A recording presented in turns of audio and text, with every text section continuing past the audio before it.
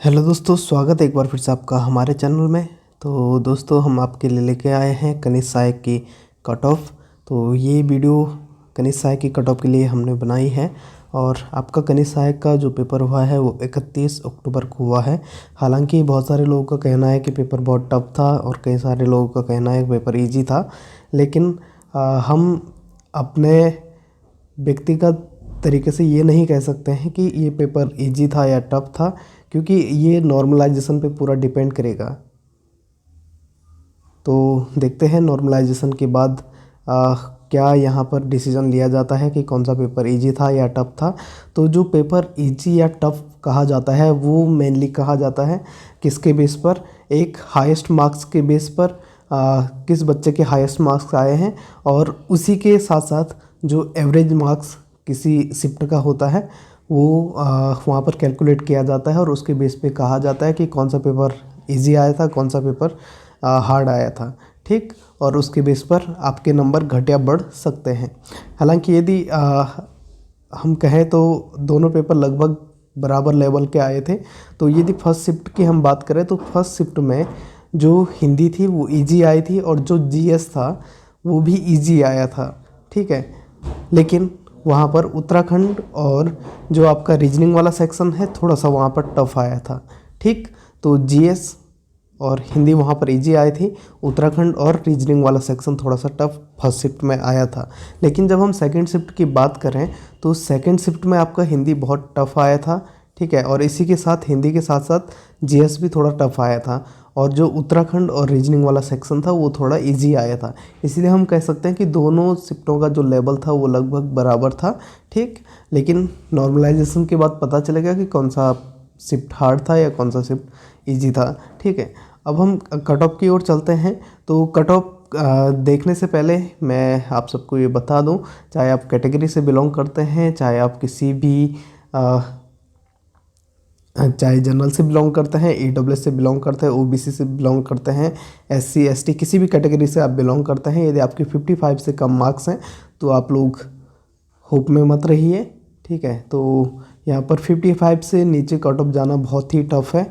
लेकिन यदि हम बात करें जनरल की कट ऑफ की, तो जनरल की जो एक्सपेक्टेड कट ऑफ है, यदि आप लोगों के 60 टू 62 मार्क्स यहाँ पर आ रहे हैं तो आप लोग टाइपिंग की तैयारी कर लें। मैं अभी ये फाइनल कट ऑफ नहीं बता रहा हूँ, ये सिर्फ टाइपिंग के लिए कट ऑफ है। तो टाइपिंग में 60 मार्क्स तक जनरल का यहाँ पर आ जाएगा। 60 टू 62 तक यहाँ पर यदि आप लोगों के मार्क्स है जनरल में तो आपका डेफिनेटली यहाँ पर टाइपिंग के लिए यहाँ पर नंबर आ जाएगा और आप लोग टाइपिंग की तैयारी अभी से शुरू कर सकते हैं। यदि ईडब्ल्यूएस की हम बात करें तो ईडब्ल्यूएस की जो कट ऑफ रहेगी वो 58 टू 60 यहाँ पर रहने वाली है टाइपिंग के लिए। ओबीसी की बात करें लगभग 58 टू 60 ही ये कट ऑफ रहने वाली है, यानी कि ईडब्ल्यूएस के बराबर ही ओबीसी की यहाँ पर कट ऑफ रहेगी।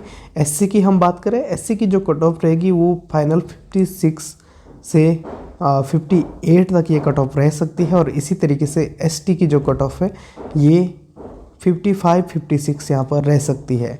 ठीक, तो ये सारी कैटेगरी की कट ऑफ है। और इसमें यदि आप लोग को फीमेल कट ऑफ यहाँ पर जानना है तो इसमें से प्रत्येक कैटेगरी में से 2-2 मार्क्स आप यहाँ पर कम कर सकते हैं, और इसी तरीके से आपकी जो फीमेल है फीमेल की कट ऑफ यहाँ पर रह सकती है। ठीक, अब बात करें जो फाइनल मेरिट लिस्ट होगी वो कौन सी होगी, तो लगभग 200 से 280 के बीच यहाँ पर कुछ ऐसी पोस्टें हैं 746 में से जिन पोस्टों पर टाइपिंग नहीं मांगी गई है, सीधे जॉइनिंग यहाँ पर मांगी गई है। और हो सकता है कि 56 से भी थोड़ा कम यहाँ पर कट ऑफ आ जाए, तो 52 तक यहाँ पर कट ऑफ आ सकती है।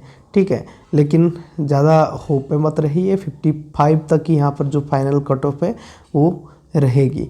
ठीक है, और देखते हैं किन किन बातों पर ये कट ऑफ डिपेंड करेगा। सबसे पहले जो कट ऑफ नीचे जाने का जो कारण होगा वो ये होगा कि बहुत सारे लोग ऐसे हैं, लगभग इस पेपर में बैठने वाले लगभग 200-300 लोग ऐसे हैं जिनका यहाँ पर टाइपिंग के लिए उनको भी बुलाया जाएगा जिनका किसी और डिपार्टमेंट में पहले ही सिलेक्शन हो चुका है।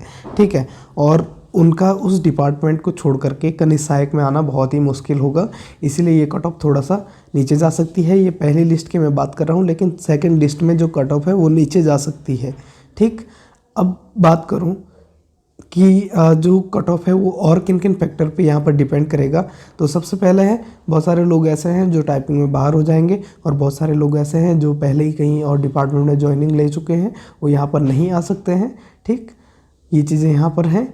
और बाकी बहुत सारे कैंडिडेट ऐसे हैं जिनका यहाँ पर क्वालिफाई नहीं होगा, क्योंकि जनरल के लिए क्वालिफाई के लिए जो मार्क्स हैं, क्वालिफाइंग मार्क्स, वो 45 है, और कैटेगरी के लिए यहाँ पर 40 मार्क्स क्वालिफाइंग है या 35 मार्क्स यहाँ पर क्वालिफाइंग है। तो आप ये चीज़ देख सकते हो। और कुल यहाँ पर मैंने कहा कि 200 से 280 पोस्ट के बीच यहाँ पर ऐसी वैकेंसी हैं जिनमें सीधे डायरेक्ट यहाँ पर ज्वाइनिंग होगी, उनके लिए टाइपिंग नहीं मांगी गई है। और उसके अलावा कुल 500 यहाँ पर पोस्टें ऐसी हैं जिन पे टाइपिंग मांगी गई है, और उन पर लगभग 3 से 4 गुना यहाँ पर कैंडिडेट लिए जाएंगे। यानी कि 232 लोग कुल ऐसे होंगे जो बिना टाइपिंग के सीधे ज्वाइन कर लेंगे, और उसके साथ ही जो 500 लोग हैं, 500 लोग ऐसे होंगे जो टाइपिंग करके यहाँ पर ज्वाइन करेंगे। यानी कि प्रत्येक पोस्ट पे यहाँ पर 3 से 4 गुना अभ्यर्थी यहाँ पर लिए जाएंगे। ठीक, 3 से 4 गुना अभ्यर्थी लिए जाने का मतलब है कि यहाँ पर लगभग यदि 3 गुना भी लिए जाते हैं तो 1500 लोगों को यहाँ पर कॉल आएगी टाइपिंग के लिए।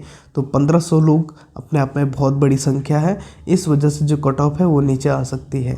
ठीक, और यदि आप लोग अभी से अपनी टाइपिंग की तैयारी करना चाहते हो तो अभी से आधा आधा घंटा करके अपनी टाइपिंग की तैयारी शुरू कर लें, क्योंकि अभी जो नेक्स्ट एग्ज़ाम आना है वो वीडियो बीपीडीओ आना है, एफआरओ का एग्ज़ाम है, लोअर पीसीएस का यहाँ पर एग्ज़ाम होना है और पीसीएस का एग्ज़ाम होना है। और तब तक आप सिर्फ 30 मिनट का टाइम भी यहाँ पर देते हैं तो आपकी जो स्टडी है उस पर कोई भी यहाँ पर अफेक्ट नहीं पड़ेगा। तो आप धीरे धीरे अपनी टाइपिंग को शुरू कर दें। ठीक है, यदि ऐसा हो कि जो कट ऑफ है वो थोड़ा हाई चली जाए, यानी कि उसमें किन्हीं कैंडिडेटों का रह जाता है, इससे भी थोड़ा हाई कट ऑफ रह जाती है, और आपने टाइपिंग की तैयारी कर रखी है, तो आगे आने वाले एग्ज़ामों में उसकी हेल्प आपको मिलेगी। ठीक है, ऐसा नहीं कि ये टाइपिंग जो आप तैयारी करोगे वो कहीं व्यर्थ जाएगी। यदि आप लोग टाइपिंग की तैयारी यहीं से शुरू करते हैं और अगले एग्ज़ामों में उसकी हेल्प मिलेगी, क्योंकि बहुत सारे आने वाले एग्ज़ाम ऐसे हैं जहाँ पर टाइपिंग मांगी गई है। ठीक, तो आप इस तरीके से अपनी तैयारी को कंटिन्यू कर सकते हैं। और इसी के साथ ही 28 तारीख को आपका एफआरओ का एग्ज़ाम होना है। उसमें आपको बेसिकली क्या पढ़ना है, आपको परीक्षा वाणी यहाँ पर तैयार करनी है, और परीक्षा वाणी के साथ ही आपको वहाँ पर एनसीईआरटी तैयार करनी है, अपने लूसेंट पूरी तैयार करनी है। और इसी के साथ साथ आपका जो रीजनिंग वाला वहाँ पर पार्ट होता है वो थोड़ा सा मॉडरेट लेवल का आता है, अच्छे लेवल के उसमें क्वेश्चन होते हैं, तो उसकी भी आप साथ साथ तैयारी करते हुए चलिएगा।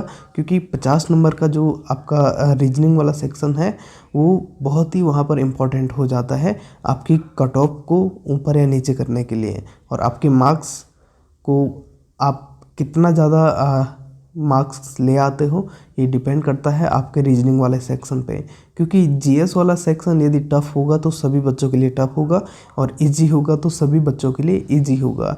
लेकिन जो रीजनिंग वाला सेक्शन है, यदि आप लोगों की पकड़ रीजनिंग पे अच्छी है तो आपके अच्छे मार्क्स वहाँ पर आने की संभावनाएँ होती हैं, और आपका जो कट ऑफ है उसको क्लियर करने की भी वहाँ पर संभावनाएं होती हैं। इसलिए जो रीजनिंग वाला सेक्शन है उसको आपको अंडर एस्टिमेट नहीं करना है, उस पर भी आपको अपना फोकस बनाए रखना है। इसी के साथ ही आपको जो वीडियो बीपीडीओ का पेपर होगा, या तो 5 नवंबर को उसका पेपर होना है, या तो नवंबर के लास्ट तक वो पेपर हो जाएगा। और यदि नवंबर के लास्ट तक वो पेपर नहीं हुआ तो हो सकता है कि वो चुनाव के बाद ही वो पेपर हो। ठीक है, लेकिन जो ज़्यादा चांस है वो नवंबर में उसका पेपर हो जाएगा।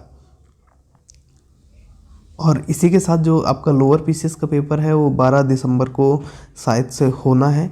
तो आप इसी तरीके से अपनी तैयारी को कंटिन्यू करते रहिएगा। लोअर पीसीएस का 12 नवंबर को शायद ये पेपर हो सकता है। ठीक, तो 12 नवंबर को लोअर पीसीएस हो सकता है, 5 नवंबर को आपका वीडियो वीपीडीओ का पेपर हो जाए, और 28 तारीख को आपका एफआरओ का पेपर होना है। ठीक, तो इन डेटों को आप ध्यान में रखते हुए आप अपनी तैयारी करिएगा। अभी जो पटवारी का पेपर होना है वो अभी नहीं होगा, वो सीधे चुनाव के बाद ही पटवारी का पेपर होगा। तो आप जो भी तैयारी आप कर रहे हो आप उसे ही कंटिन्यू करते हुए चलिएगा, क्योंकि जो लोअर पीसीएस है उसका सिलेबस भी लगभग मिलता जुलता है UK triple S C group C से, और इसी तरीके से एफआरओ का जो सिलेबस है वो मिलता है प्री की मैं बात कर रहा हूँ, तो उसका भी सिलेबस जो मिलता जुलता है वो भी मिलता है ग्रुप सी के सिलेबस से। तो आप अपनी तैयारी को कंटिन्यू करते हुए चलिएगा। हालांकि वहाँ पर हिंदी नहीं पूछी जाती है, लेकिन आपके जो ग्रुप सी के एग्ज़ाम है वहाँ पर 20 नंबर की हिंदी पूछी जाती है।